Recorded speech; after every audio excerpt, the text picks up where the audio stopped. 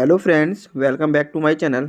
कल BME third semester का paper है। मैकेनिकल थर्ड सेमेस्टर में बीएमई का पेपर है। तो बच्चों की मैसेज आ रहा है कि एक कुछ इंपॉर्टेंट क्वेश्चन डाल दीजिए। तो उसके रिगार्डिंग कुछ इंपॉर्टेंट क्वेश्चन अपलोड कर रहा हूँ। ज़रूर से देख के जाइए। ये वाली क्वेश्चन एग्ज़ाम में आने के पूरे चांसेस हैं। देखिए, पहली वाली यूनिट में है। सबसे पहले हमारा क्या है, थर्मोडायनेमिक इक्विलिब्रियम। कि इक्विलिब्रियम थर्मोडायनेमिक क्या होता है। जब कोई सिस्टम क्या रहता है, थर्मल, मैकेनिकल और केमिकल इक्विलिब्रियम में रहता है, तब हम इसको क्या कहते हैं, थर्मोडायनेमिक इक्विलिब्रियम। ये पढ़ के जाना है। उसके बाद प्रॉपर्टीज़ की डेफिनेशन पढ़ के जानी कि प्रॉपर्टीज़ क्या होती हैं। जैसे टेम्परेचर, प्रेशर हो गया, ये इंटेंसिव प्रॉपर्टीज़ होती हैं। मास, वॉल्यूम हो गया, ये एक्सटेंसिव प्रॉपर्टी होती हैं। ये पढ़ के जाना है। उसके बाद zeroth, first and second law of thermodynamics के स्टेटमेंट जरूर पढ़ना है।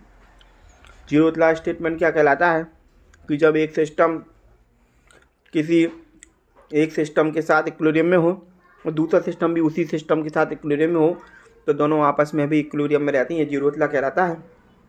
फर्स्ट लॉ ऑफ थर्मोडायनेमिक्स कहलाता है कि energy can neither be created not destroy, it can only convert from one form to another form.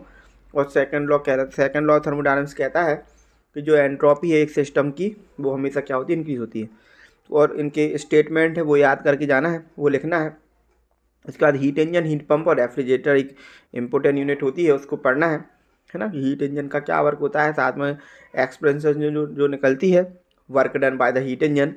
Heat engine क्या करता है, हीट को, जो हमारी हीट एनर्जी है उसको किस में चेंज करता है, मैकेनिकल एनर्जी में चेंज करता है। हीट पंप क्या करता है, सराउंडिंग से हीट लेकर सिस्टम में ट्रांसफ़र करता है। और रेफ्रिजरेटर सिस्टम से क्या करता है, जो हीट को निकालता है, ठीक है, वो कहलाता है रेफ्रिजरेटर। इन सब के ऊपर न्यूमेरिकल एक्सप्रेशन, उनके एफिशिएंसी के, हीट पंप और रेफ्रिजरेटर में सीओपी रहती है, हीट इंजन में एफिशिएंसी रहती है। ये पढ़ के जाना है। इसकी एक्सप्रेशन न्यूमेरिकल भी इसमें आ सकते हैं, वैसे आने के चांसेस बहुत कम है न्यूमेरिकल के। साथ में फिर केल्विन प्लांक को क्लॉसियस स्टेटमेंट भी पढ़ना है ना। केल्विन प्लांक क्या कहलाता है, ऐसा कोई इंजन नहीं है जिसकी एफिशिएंसी क्या हो 100% होती है, ठीक है। और क्लॉसियस स्टेटमेंट ये कहलाता है कि लोअर टेम्परेचर से हायर टेम्परेचर पे हीट ट्रांसफर नहीं हो सकती जब तक कि उसमें कोई एक्सटर्नल सिस्टम ना लगा हो, ठीक है। साथ में कार्नोट साइकिल पढ़नी है, कार्नोट एफिशिएंसी पढ़नी है, साथ में एंट्रोपी की डेफिनेशन भी पढ़नी है, ठीक है। उसके बाद यूनिट नंबर सेकंड में हमें मोड ऑफ हीट ट्रांसफर पढ़ना है, कंडक्शन, कन्वेक्शन और रेडिएशन, है ना, होते क्या है, डेफिनेशंस क्या है इनकी, ये सब कुछ पढ़ना है। ओवरऑल हीट ट्रांसफर कोएफिशिएंट निकालना है थिन वॉल के लिए। साथ में जो हीट ट्रांसफर निकालते हैं थिन वॉल के केस में, वो भी एक्सप्रेशन अपन को पढ़ना है। जो थर्मो पावर प्लांट का जो हमारा थर्मल पावर प्लांट की वर्किंग होती है, जो इसका पूरा सिस्टम बनता है, पूरा मॉडल रहता है, वो उसकी स्टडी करना है डायग्राम के सहित। उसके बाद रैंकाइन साइकिल, जो हमारी थर्मल पावर प्लांट होता है वो रैंकाइन साइकिल पे बेस होता है, उसको भी पढ़ना है।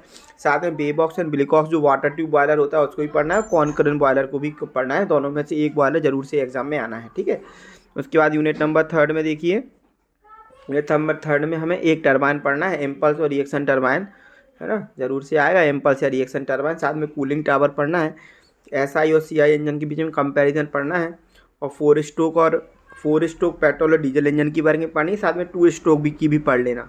इन चार, जैसे 4 स्ट्रोक की पेट्रोल डीजल पढ़ लिया, 2 स्ट्रोक का पेट्रोल डीजल पढ़ लिया, एक क्वेश्चन जरूर आएगा, 2 भी आ सकते हैं इससे, ठीक है। तो साथ में ऑटो, डीजल और डुअल साइकिल भी पढ़ना है, जरूर से आना है अपन को। 2 स्ट्रोक भी अपन को पढ़ना है, ठीक है।